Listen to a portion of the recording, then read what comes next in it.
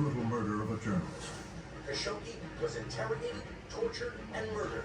Did the regime kill Jamal Khashoggi? Frontline correspondent Martin Smith investigates. Even the president said this is the worst cover-up I've ever seen. Tonight on Frontline, the Crown Prince of Saudi Arabia. I've managed to get into the royal box. There's Adel al-Jubeir, Saudi Arabia's foreign minister at the time. Mohammed al-Sheikh, a former World Bank lawyer and now a minister of state. Multi-billionaire Prince Al-Walid bin Talal, among the world's richest men. And over there is Norman Rule, a former senior CIA official. He is talking to the world's largest private collector of Rembrandts, Thomas Kaplan. And of course there's distinguished royalty, the powerful Mohammed bin Zayed, Crown Prince of Abu Dhabi. Princess Rima, now Saudi Arabia's ambassador to the US. His Royal Highness, Prince Khalid bin Salman, now Deputy Minister of Defense. And his big brother, the Crown Prince himself, Mohammed bin Salman.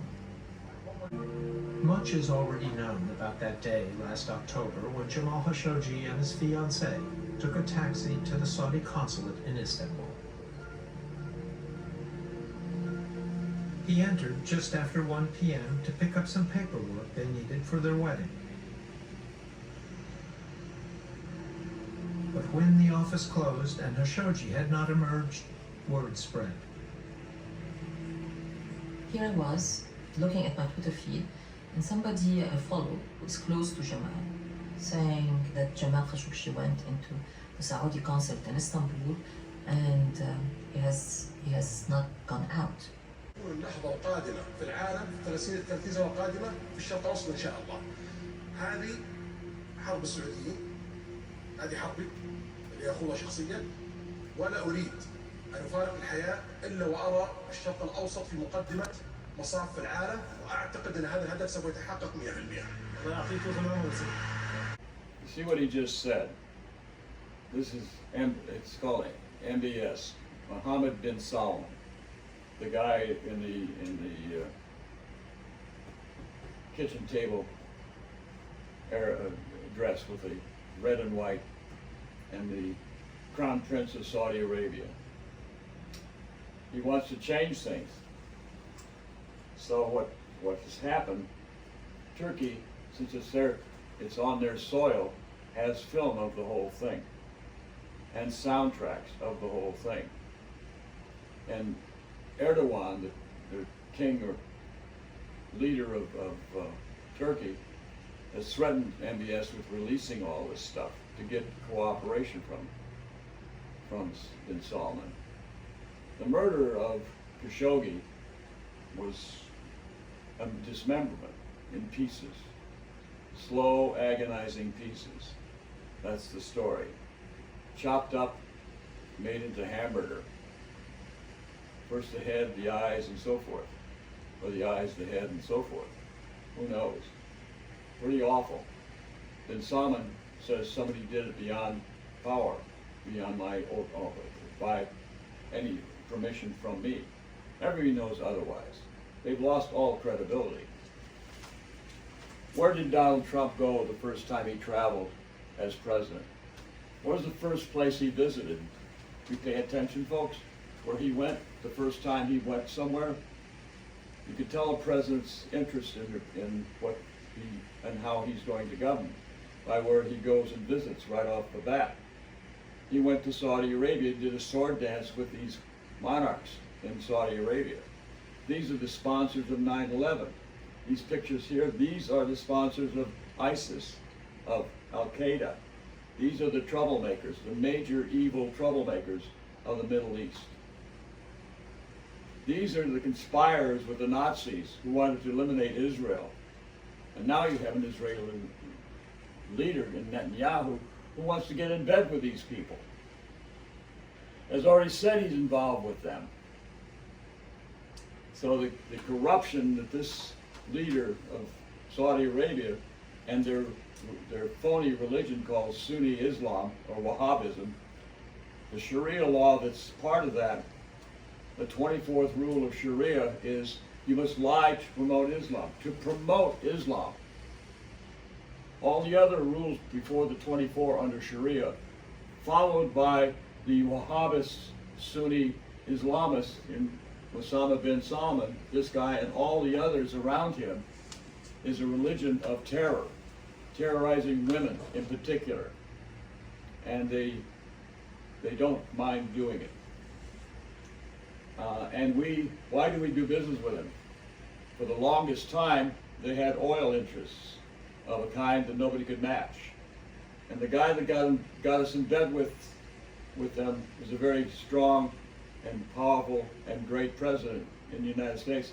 Franklin Delano Roosevelt made alliances to assure the carrying on of World War II, to have the oil you needed to fight the war. And they made that assurance. At the same time, they were conspiring with the Nazis to kill off all the Jews that went into Israel. Get that, folks. So these people are total frigging opportunists, and the most vile of all. And women have no rights there, and all the illusion that they do is nonsense. They routinely slaughter people on Fridays for entertainment. They have a stadium where they crucify people, they stone people, and they usually do it to a group of people called the Shia Islam. And they are a part of Islam that is actually civilized people. But because they don't agree with this Sunni Islam, they are tortured and killed routinely on Fridays. Imagine people beheaded, their bodies tacked up on a cross, and mock their life. This is what these people do. Looks beautiful. Looks like they're civilized people. The women have no rights. They can't drive their own cars. They tried that for a while. They were going to let women drive their own cars. All but stopped. This is all a sham. Here's the guy you're seeing here now that was slaughtered. He was cut up in pieces. This Khashoggi right there in those photographs. This thing is pretty awful. And we've had major money oil people in bed with these people. The Bushes, all the rest of the oil people, Cheney, all these people in bed with these monsters. Up to their eyeballs in complicity. Up to their eyeballs all the way up to 9/11. 3,000 Americans killed in 9/11 because of these clowns. And now they kill an American journalist in this Khashoggi. That's just the latest of many things. And we don't see what all they do. They have torture chambers, all the rest of the worst. But we have little regard for as civilized people. They are uncivilized people. They have the gloss of money and nothing beyond it. It's like a cake that beneath it is rotten, decorated with frosting. The frosting tastes good. Don't get inside the cake, folks. Don't get inside the cake. This is what you're dealing with. So, this front line is pretty terrific in dealing with this problem, with this fraud. So we really have, we have snakes. And unfortunately, we have a president who thinks more. Here he is, coming into Saudi Arabia, his first visit. There's a picture of him right there, smiling and shaking hands with these monsters, like they're old buddies. First to betray any person of any kind, these people will do that. And he knows that, but they have money. It's alleged that they financed and got him out of his problem through Deutsche Bank with the casinos that went bankrupt, among other people that helped him.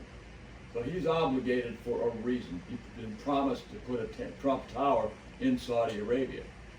Here's a little carrot, come on to our place and we'll put up a Trump Tower. We've got all the money you'll ever want and ever need. They're going bankrupt, believe it or not. The oil is becoming precious and useless all at the same time because of the change of need. So we have here's a grand look at this so-called modern place. All this is a glorified prison for women. Women have no rights. They're shown as if they have rights. They're encapsulated in clothing. You can't see their faces. They're treated as lower than low. And the only ones that can show their faces are the American women, and Trump's wife and things like that. These other women, they're all backgrounded. They're nowhere around. So this is what you're looking at here. Notice this ball game is coming to an end. There's the villain there to the right, the handsome Prince Mohammed bin Salman, the son of the king is what he is. He wants to be the new king. That's the king on the portrait up there. That's the king right there. So he's the big cheese ultimately. But Mohammed bin Salman is not necessarily going to inherit that's the one right there to the right of Trump. May not inherit anything. There's a real problem down the road, and it's only going to get bad for Saudi Arabia. If it doesn't get bad, I'll be surprised. Anyway, so we'll come back to this another time. I think we've got enough here with the imagery to make the case. But this guy is pretty bad, but he only is part of the problem. The problem is the whole kingdom. With friends like this, you just don't need enemies.